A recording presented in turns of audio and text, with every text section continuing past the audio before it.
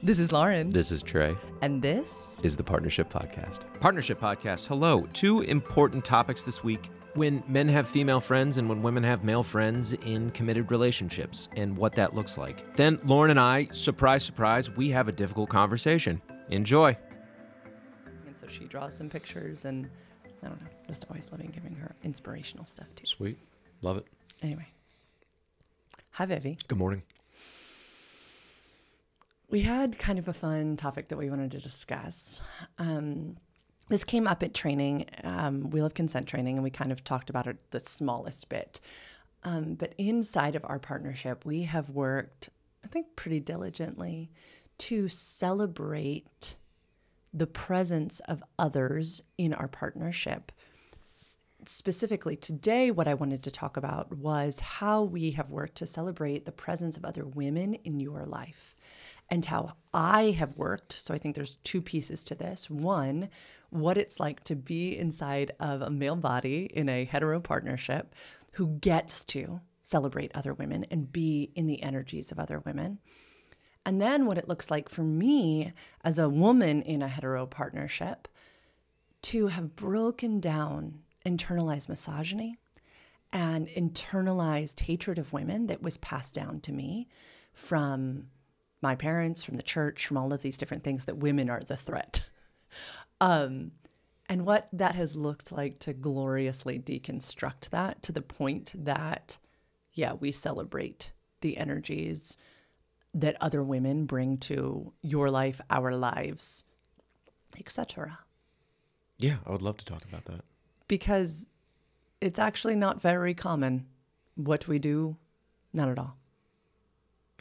It was, the inspo for this was yesterday, like our lovely massage therapist, Jay, I had an appreciation bomb in actual, while Jay had her elbow in my shoulder blade. Well, it wasn't then. That was more just, trying to deal with the pain.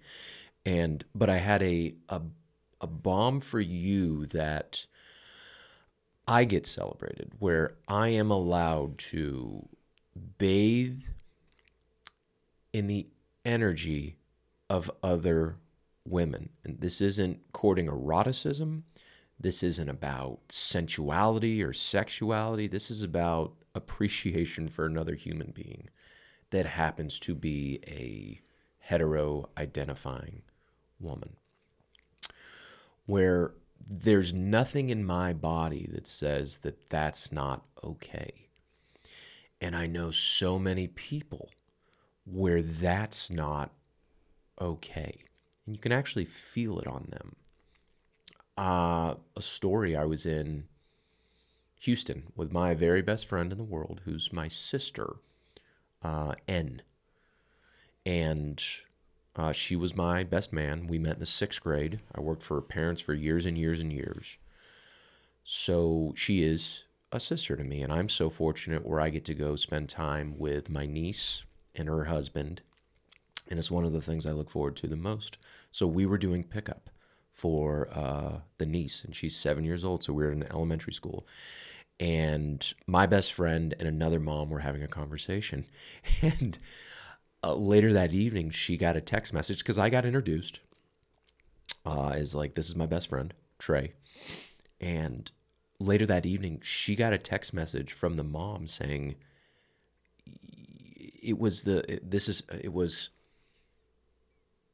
you're allowed to have like attractive, like male friends. It was under that guise. Where it's like, oh, he's handsome, that's your friend, and that's okay. It was something along those lines. Confusion or teasing, or like what was the nature, or like the nature jealousy, was sadness that I have no idea this person's this other woman's nature. I have no fucking clue, but it was like, wait a minute, like if I look like a fucking mutant, it's cool. So that was. And I wanted to, because we saw her the next day. It was like clockwork because of the pickup. And I wanted to say something, but I didn't, because I think it would fucking devastate the woman. I don't think she could actually take like the joke or the tease. Mm-hmm. So yeah, it was quite interesting. That's where we're at. And this is where we're at. Yeah, because you sent me that text after the massage and said, it's exactly what you just said. I just had such an appreciation bomb for the fact that this is celebrated in our partnership. And then you and I were going through in the past week, 7 days, how many cisgendered, female, hetero women that you have gotten to spend time with that have amplified your life. That Texas trip, y'all, Trey, my precious co-host, just turned 40 years old. 40. And his 40th birthday wish was to go to Texas for a solo trip. So he flew into Houston, like he just said, and spent time with his best friend, N. But then, post to that, you drove to Austin and saw one of my dearest friends in the world, who's become one of your dearest friends in the world, Kay, had a solo date with her. So fun. Walked, coffee. We had a coffee session. It was so fun. Just talked and gabbed. She told me, what did she say? She said, Trey is so much better at dishing tea than you are. I mean, it's so much more fun to talk to about that stuff. And I was like, he is. He is a really good, like, tea spiller, gossiper. Like just he will get down in the dirty with you, and it is so fun. I am not as good at that. You spent time with Kay.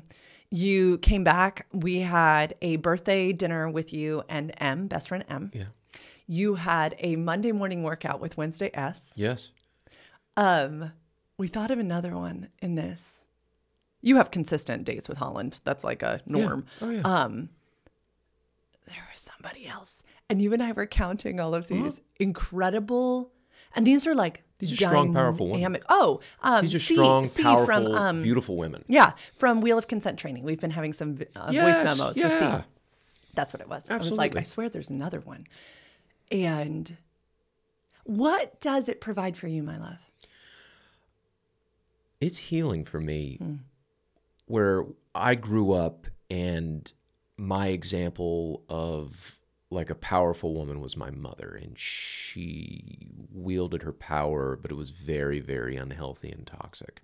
So I would clash actually with female authority figures in my teens and my 20s.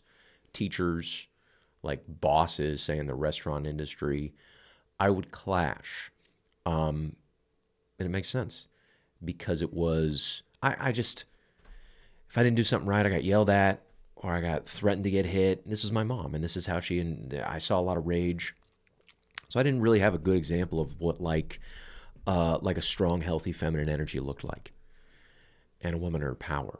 And like you marry your parents, or you marry your mom, or you marry your dad. I remember hearing that as a kid going, I'm not doing that. So I actually started looking for women with the exact opposite qualities of my mother. So that I get to do this, it's so liberating in our relationship, in our partnership, where it's celebrated.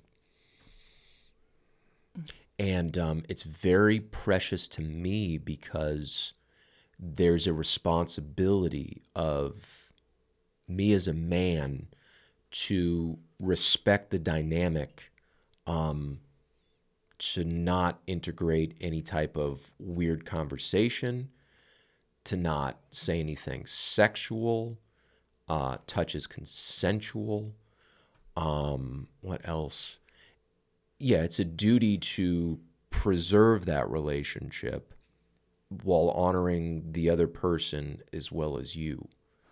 It's a very, very, because I could fuck everything up because I am a man.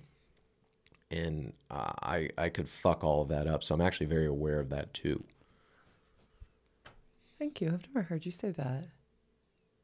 Because I think you're right? It's in Wheel of Consent, we would say it's keeping responsible for your limits, right? Knowing your domain and knowing the other's domain.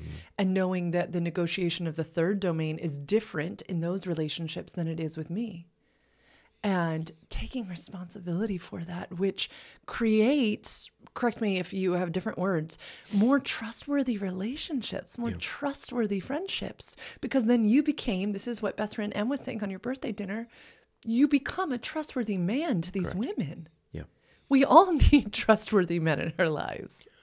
And I'll be goddamned if I'm going to say something weird or do something inappropriate that's going to fuck up the whole vibe and the whole dynamic. And if that does happen, it's then my responsibility to own it. Which, do you mind if we segue to how it's been so healing for me? Sure. Growing up in the worlds that I did, that wouldn't have been the man's responsibility. That would have been the woman who tempted him in the situation. And you were the first person to say to me, what, excuse me? What? No. And it has been, it has been and continues to be the most beautifully delicious, freeing thing to know. Is there total freedom extended in our partnership for you to have female friends and me to have male friends? Yes. And if you did something, that'd be your responsibility. If you broke our relationship agreement and started courting arousal with these friends of mine. If you do the same thing, we're going to have some very, very hard talks. Why? If I, with a male friend, I think of B that I met on the airplane. Yeah. Right? I've gone out to... Yeah, he's the man. He's the best. Incredible. And I have gone out solo with him several times. Correct. If I were to court arousal with him or sleep with him, why would that be my responsibility? For me, all of a sudden, you're not trustworthy. And it's like, oh, I'm sleeping next to a person in this home that's not trustworthy. Right. We need to reassess. It's not cool. Not cool. We're going to have some, the easy way to say it is we're going to have some hard talks. Yeah. Where you're actually now flirting with fucking up your entire lifestyle. Where it's like, I won't tolerate that. No. I'm not saying it would end the relationship, but we'd have some hard motherfucking talks. It would really fuck up the vibe. Yep. Yeah. And two-way street. Two-way street. That is a two-way street. It is, in my mind, it is kind of a non-negotiable. It's because you know how we talk about accidents versus violations? It would be so clearly a violation of our relationship agreement. To go out there and actively court arousal 100%. To abuse the trust of our partner. Can we throw in some nuance? Sure. Because on previous podcasts, I got hit on at the Home Depot, which is one of the crowning achievements of my life. The woman at Home Depot hit on me. And I came out and I got on the voice memo and I told you because I was so excited. What's the difference? Is that considered? I would say yes, that's courting arousal, or would you call that even flirting? Well, let me add this to it. Where that was a lovely little wonderful juicy interaction that I was so excited, and then it ended. Yeah. Where we didn't exchange numbers. That's what I was going to say. We didn't get on fucking Instagram or something. I don't keep it on my phone. I need everybody to listen to me for a sec. I'm a man. I'm 40. I don't keep Instagram on my phone. I'm better than you. Okay, so... He will sometimes. Stalk on his computer, though. So that's where it stopped. Yeah. I had a woman in Austin. She looked me up and down. And boy, do I really enjoy that. And I made eye contact with her. And it was lovely. And we both kind of half smiled. And that's where it stopped. I didn't approach her. I didn't say hi. I could have. Yeah. But that's also the natural have a nice night. Right. That's where it stopped. Hey, wait, where are you going? I'm going to bed. Enjoy your evening. And that's where it stops. Yeah, I think flirting is celebrated in our partnership. And yeah, I think the clear delineation, I don't know if we've ever really talked about this, so I guess we can do it now, is that, yeah, that's where it stops. Even if it was an entire night, like at a space, there's a stopping point. I guess we've never really discussed the stopping point. I guess I trust you, but this probably should be talked about. Sure.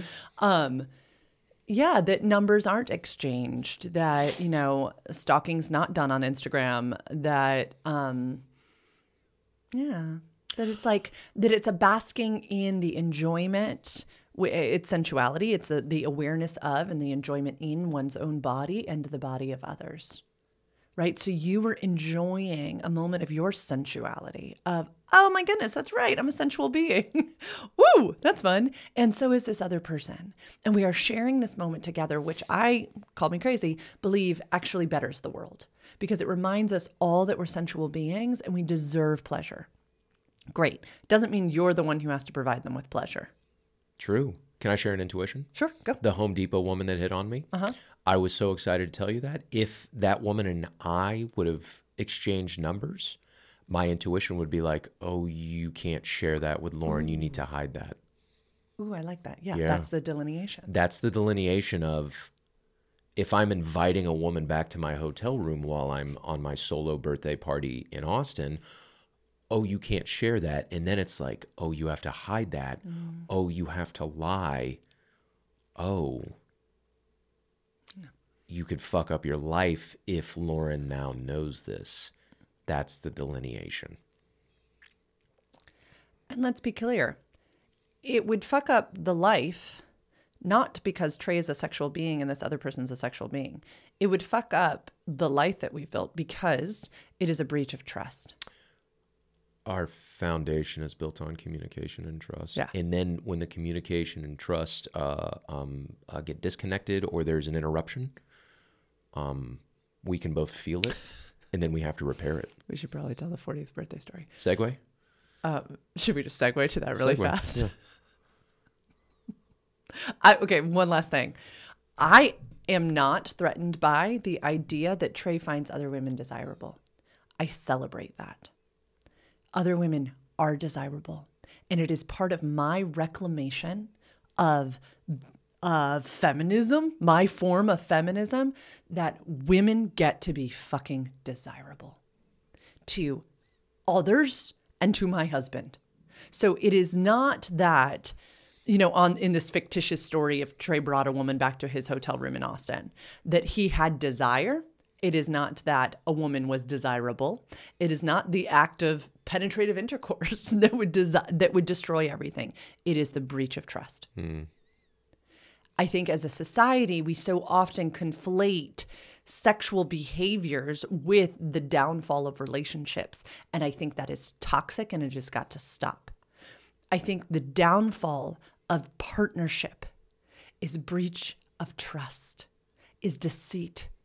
It erodes partnerships. I'm going to add withholding also. Yes. Where not telling the truth or not saying your truth can also be very bad. And so that segues perfectly into Trey's beautiful 40th birthday morning going splendidly. Except his precious wife, hey, that's me, had some struggles internally while he was gone, while simultaneously having a very busy work week, while simultaneously had been hosting my family who had been here and taking care of my daughter, all of the things that Trey does when he's gone as well, which is a lot of things because he is a great partner. And so I had no capacity while he was gone to share some things with him that had bubbled up in me. And so when he got home, when I picked him up from the airport Saturday night, jumped in his arms, it was great. But even in, I don't know if I've even told you this, our sexual reconnecting that evening, it was inside of me. You did know because you were like, babe, are you okay? Mm-hmm. And I was like, yeah. I wasn't. And I assumed it was because of this really busy work week. Yeah, totally which fine. Is in part true. It is in part true. It truly was. Yeah. And you being gone and reconnecting and getting to smell smells and feeling like my man was back. But by the time we got to breakfast on Sunday morning, Trey's 40th birthday breakfast, we have worked so hard for communication to flow between us that I could feel the buildup. I mean, it was literally like a drain that was about to just combust. And for better or for worse, and we've talked about this, was it the perfect time? No. But was it a time? Yeah. Could it have waited till the next day? Maybe. But for whatever reason, my intuition was like, this needs to happen now. Mm-hmm. And you can share how it felt in your body because I know it wasn't good. I asked for listening. And I shared about like 3 different things that happened. One being like the baby got an iPhone, which has never been okay in my body. But I didn't choose to share my voice in a group chat with everybody. And so my nervous system felt a certain way. And then I shared about like 2 or 3 other things that that had just built up in my little body that felt like they needed to be shared. And they felt like confusions that I needed cleared up. They felt like things that needed to be... Can we be specific? Sure. Yeah. For the audience? Yeah. One was a human who wrote a book. Do you want me to get really specific? His name's Corey Wayne. Yeah. It's I think the 3% Male. It's a book. I consider him a mentor as far as that book, as far as a guideline on how to court and date women. It was written in 2011. Yeah. Yeah. So that Corey Wayne person I have followed because of my work and because of the role that I know he has played in Trey's life. Since he wrote the book, he has, as many of us do, evolved and become a slightly different person, of which I don't agree with much these days at all. Yeah, so I've been not researching him. I follow him so that I have a pulse on what he's doing along with a zillion other people. This is my field. And don't like it, and I don't have to, and I have freedom to do that. But there had recently been an idea of maybe having the baby read his book, and that's when, as a mother, I was like, I don't feel comfortable with that because I don't like who he is now. And so I hadn't gotten to share that. I hadn't gotten to share about the phone thing, and what's the other thing? This is how you know things are working through Texas. You. Oh, Texas. God bless Texas, the wonderful state of Texas. It is a great place. But when it comes to living in a female body, it is a really dangerous place to live right now. They have a total abortion ban, and everyone who would be desirous of or in need of that type of medical care would need to get it outside of the state. And then if you were the one to help drive someone to receive that type of health care, you could be charged with abetting abortion. And to think about that is really scary in my body. And I felt that I needed to share that I don't want to live in Texas, which you had never told me that we were going to do. But so there were just kind of these things swirling in my body, which lived experience of trauma, of this is not Trey, but these narratives are man knows best in my body, okay? And you must submit to authority. I knew this much. I knew that is not the narrative in our partnership. So that's one thing over here. And then I knew what my body was feeling, which was all of this other stuff. Like, oh my goodness. The narrative that my psyche was trying to fill in was my voice is being silenced over this phone thing. Corey Wayne is Trey's God. My God. And we're moving to Texas. That's right. Where men reign supreme. Okay, so it was kind of doomsday in my head. And this is at 11:30 in the morning on my 40th birthday.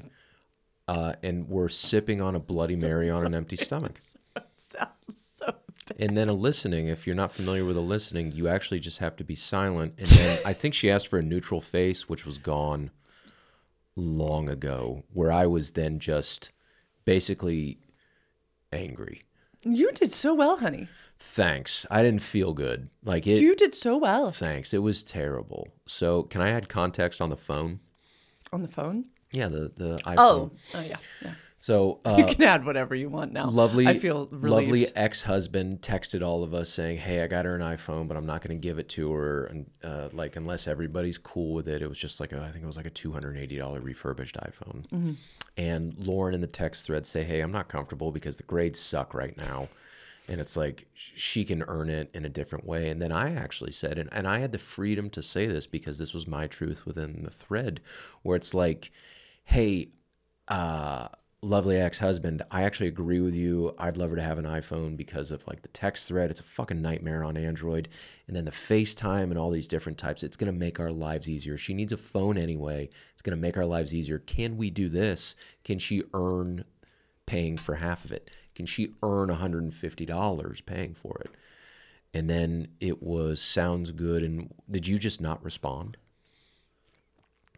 I think I was thinking that ex-husband's partner was going to weigh in too. I think I was thinking, because he looped him in. Do you remember that? He was like, I'm going to add M to this thread. And so I think in my mind, it was just the conversation was going to keep going. Okay, so you never responded. No, because I think I thought third voice is about to come in, and then since we're all kind of on slightly different pages, we're going to have a conversation. I didn't think I needed to at that time. I really just didn't. Got it. So you never responded. I never responded.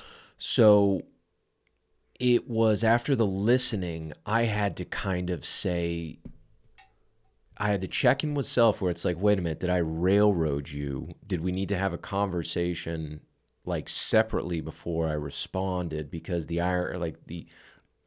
whoever I was bragging to, I was like, I'm in such a partnership where I can actually say my truth without like the effects of repercussions, because Lauren can push back. So at that breakfast, I go, babe, I can't fix this for you, and you actually need to use your voice. You gotta, if you were to say no iPhone, we would have said, okay. So when you felt like you didn't have power, I'd invite you to really know that we have your back. And you actually have the ultimate power. She came from your womb. So we're always going to get on your page as long as you use your voice. And it's not my job to fix. The Corey Wayne stuff, yeah, you're basing it on his politics? No. I'm basing it on his like the younger YouTube. Women and all that stuff? You just go to his YouTube. It's okay. an interesting world. Yeah. I'm not interested. That book was written in 2011. I haven't read it in a couple of years. I try to read it once a year. I don't. It's not that I don't give a fuck. Yeah. So if there's red flags, totally acknowledge that. I would ask you to judge it on his book and nothing more, nothing less. And that's what I'm going to do. It's a very important book, and it's how I won your affection. And it's how I've been successful in my life. So I'll just ask you to judge it on his book instead of his politics or whatever he's doing on YouTube now.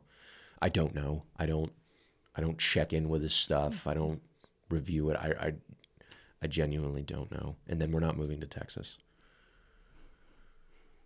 So there was another thing where she had this kind of ting. Lauren, you had this ting in you on Wednesday night. And so one of the reasons I was very upset at the breakfast table is because this was withheld from me. Mm-hmm. Mm-hmm. So, and then your statement was there wasn't enough time, which I acknowledge. I'm going to invite you to, if you want to, go back in your imagination and kind of close the loop on that. Only if you want to. Where a 30-second, like, did you have time for a 30-second text message? Did you have time for a 5-minute FaceTime? I understand your resiliency was really low. Stuff as important as that, honey. If you sit on it, it can erode things, which it eroded our breakfast. And then it was really sad because I wanted to be really intentional with my birthday, because last year I wasn't. So it was really sad in the fact where all I wanted to do was actually go home and go to bed after our conversation. Yeah, so I'd really invite you to those hard conversations instead of sitting on it for a couple of days to tell me. Because, yeah, and you're usually not the one who bottles in our relationship. I'm the one who bottles, but yeah, I know the timing was bad. I'd invite you the next time you feel like, holy shit, where am I going to have time for this? You actually do it right then and there, maybe through text. The easiest way to do it, hey, I'm feeling feelings of this, this, and this, and this. I just wanted to get it out there. Can we talk about this, this, and this, and this? I'm so busy right now. Can we talk about this, like, maybe tonight, maybe tomorrow morning, when I have just like a 2 out of 5 resiliency or something like that? I've talked a lot. That was beautiful. Thank you. Oh, no, so beautiful. Thank you. I love the point that you made which is why we brought this up in the first place, which was the most painful part was the withholding. Because what that leads the listener, to feel is, am I not trustworthy? What has this just been bubbling between us? Has our relationship been a fraud for these past few days? It led you to feel like shit.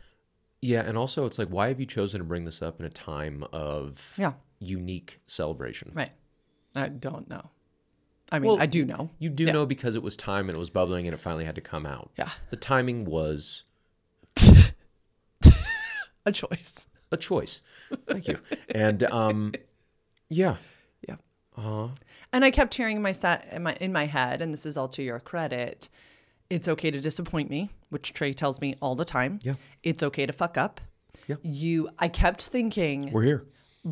Yeah, we are. Mm-hmm. And we have had lots of giggles and lots of great sex since. And that's how you know it's like truly resolved, because we went home. I took a nap. We kind of napped together.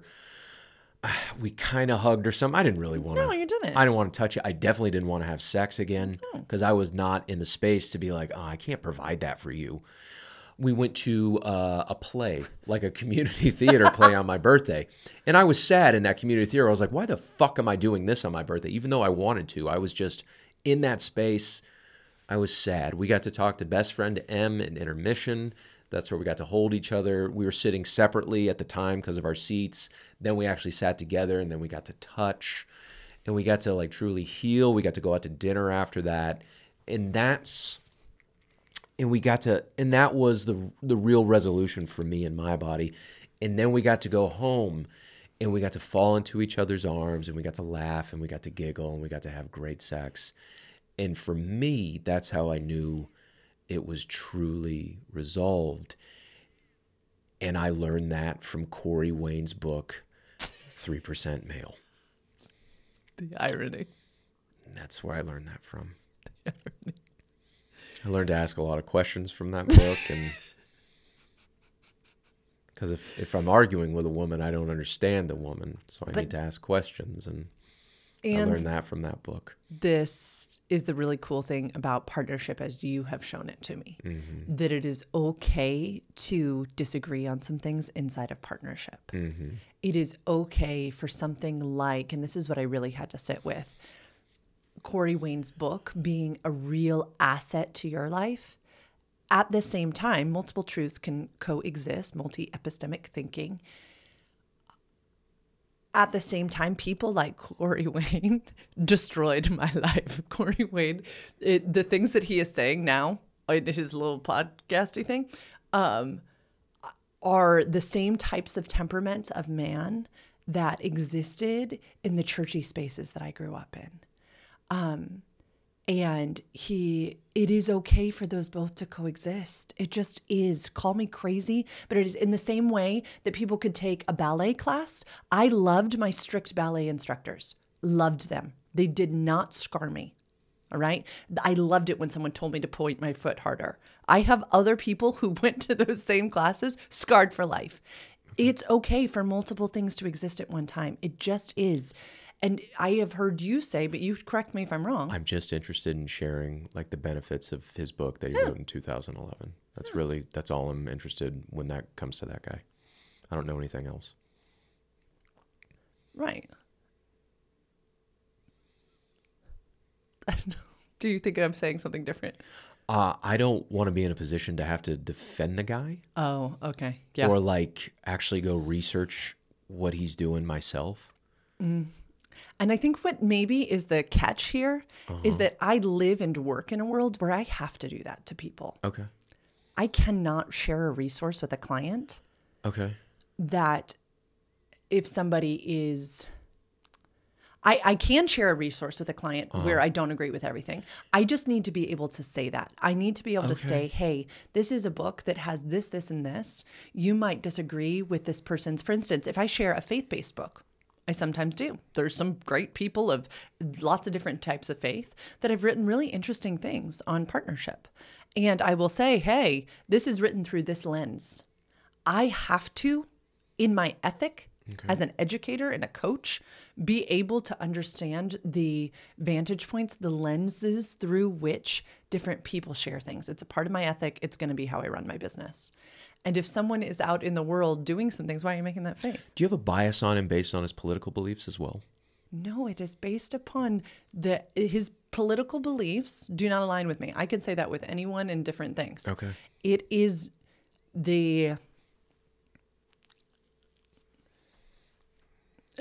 one of my professors, I'm in this course right now, an embodied intimacy and relationship coach thing.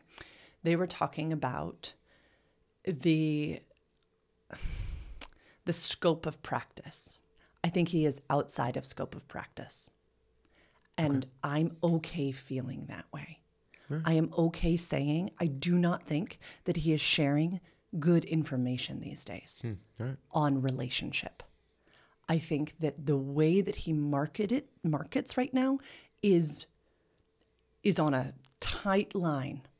I do not like what you see when you encounter the marketing. I do not like the heart space that he approaches this work. I do not like you and he look nothing the same to me.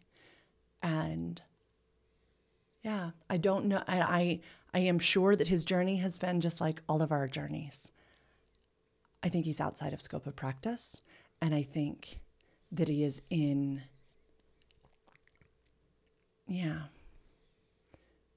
a space that I don't like nor would want to share about as a professional. Thank you. In a space. And that at the same time, that doesn't mean that the book wasn't helpful. That the book was very helpful. And I agree. It taught you incredibly helpful principles that are absolutely some of the very first things I fell in love with. So in my mind, those things can coexist. Great. Does that feel okay? Yeah. Yeah. Because I feel like it's a really interesting thing, this topic, because I know it's emotionally charged. And from our conversation, you said in the microphones exactly what you did tell me at the breakfast table, which was, you need me to speak up for myself. Mm-hmm. And so I want you to know it's hard to do that when I know that it is going to go against something that you think and feel. Yeah. And again, I don't have the information to have a conversation with you about this guy and what he's been doing recently in the last 3, 4, 5 years. I don't. Mm-hmm. I don't. Which is okay. And I don't think I'm going to go out there and seek the information unless I get real curious about it. And maybe I need to because I recommend the book a lot. I don't know. Is it okay if we move on from but this actually brings up a good point, though. This might be, it's just kind of gave me a little aha. The phone is also something that I have done extensive research on. It's an area of expertise for me because I teach a sex and tech class for teens, for parents of teens. It's in school, we had to study it. And so it does seem like one of the common threads between these two things is, or even I guess maybe Texas reproductive rights. They are all things that I actually do have more knowledge on. And it feels tricky in my body because of my lived experience with what I was told, listen to men, right? It feels hard, and I just want to declare it in this space, feels hard to stand up for, I know more, right? When they are emotionally charged topics. I want to stand in my truth and say, hey, parenting team, best parenting team in the world, this is I would like to raise my professional hand. I would like a voice in this matter.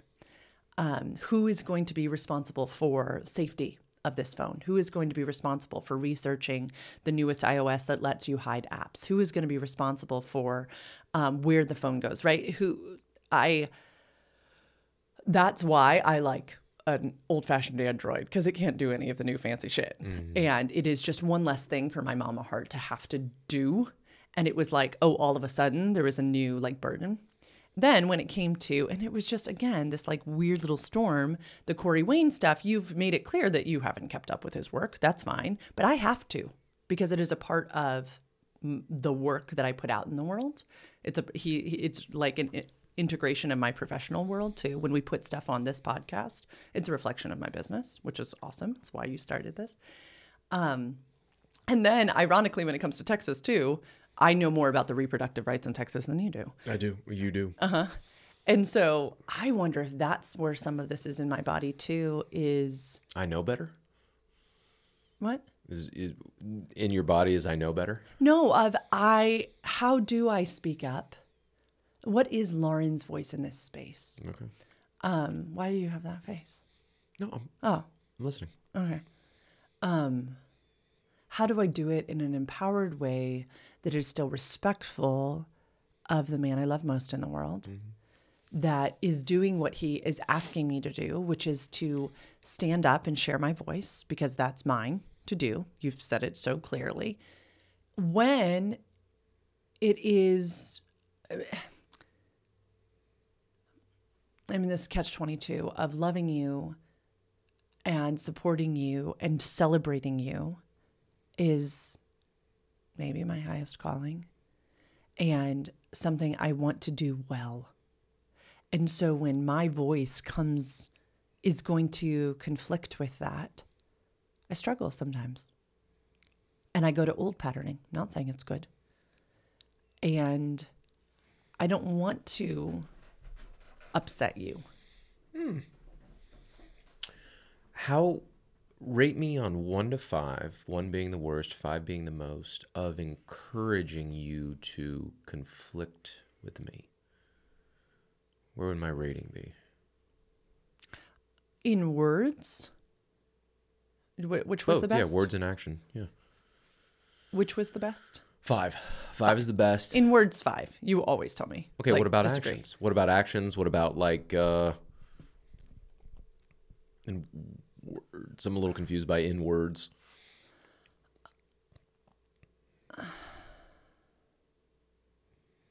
This is a better question. What can I do more so to encourage you that it's okay to conflict with me, especially when it comes on? When it comes to the topic of a cell phone for the baby, when it's something like that, or it's like a first car for the baby, or well, how can I encourage you more so to stand in your agency, especially when you feel like it, I don't know, it's guttural or intuitive, or you don't have to give reasons. You could have said in that text message, fuck no. It could have been a fuck no, and we would have been like, okay. You could have gone over the top of us, honey. I know that's not comfortable for you, Not at all. but I need you to know, honey, it's always an option, and there's not going to be any, you're not going to get into trouble. You're not going to be in trouble with us. You could say, hey, don't give her a phone until I say so. Or she doesn't get that. She doesn't get the iPhone until I say so. Or we need to talk more about this. I can't do it this week.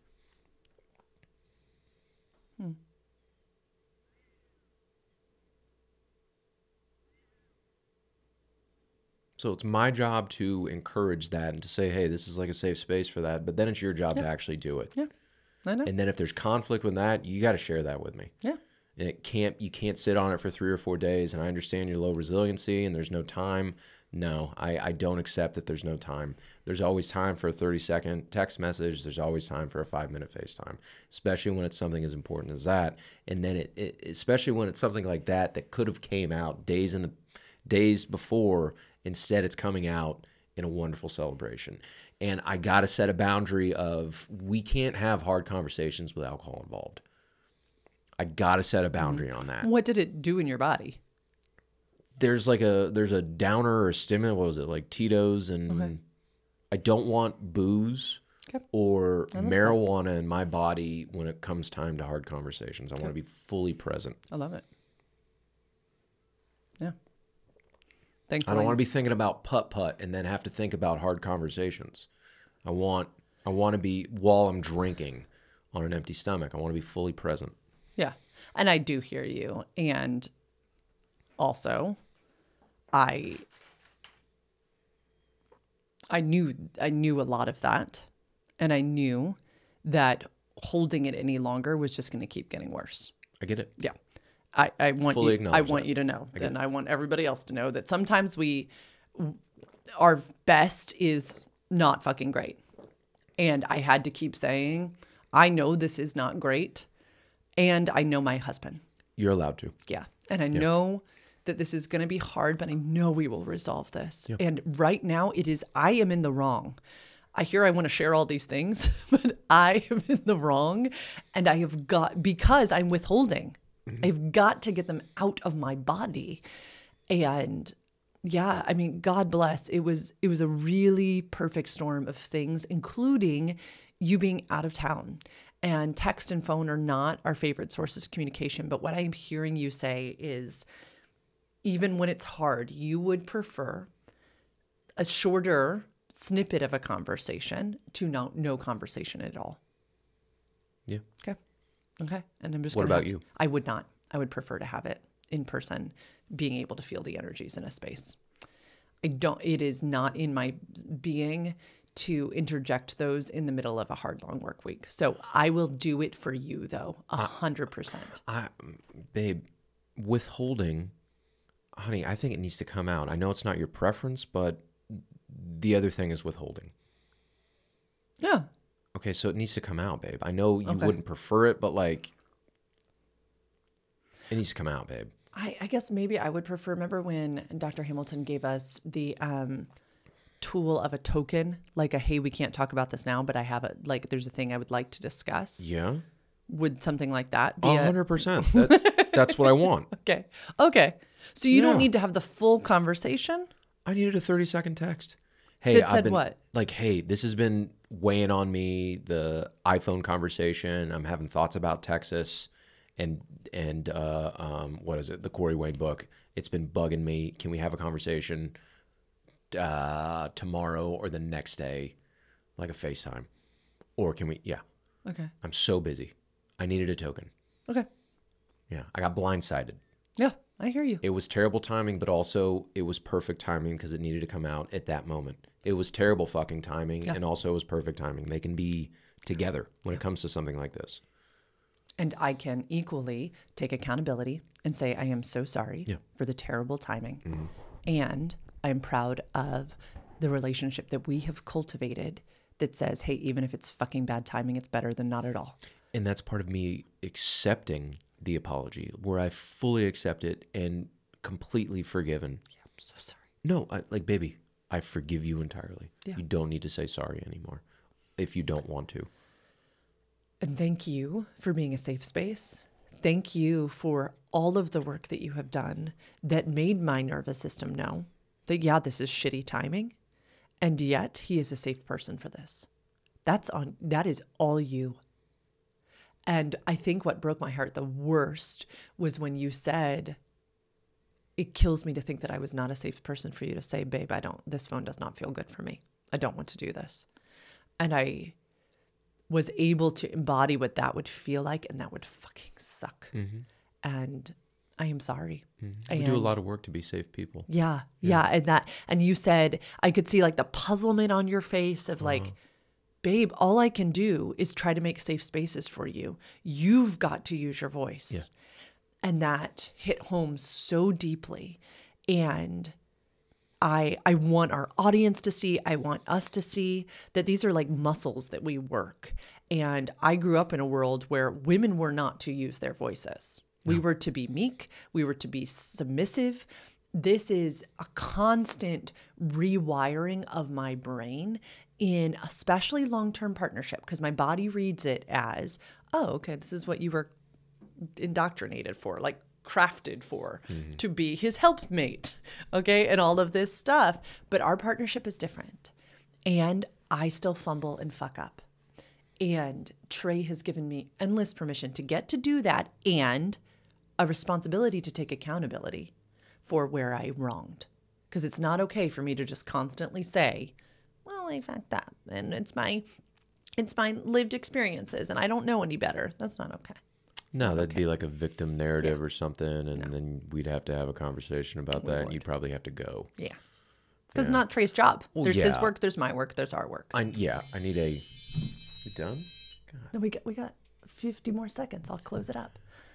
Yeah, I need a driver Yeah. of a woman and a true equal and a partner, and that's what I have. And I have that today, and I had that at that dinner, at that breakfast table as well. I love you the most. And we're out. Thanks for coming to this episode of the Partnership Podcast with Lauren and Trey.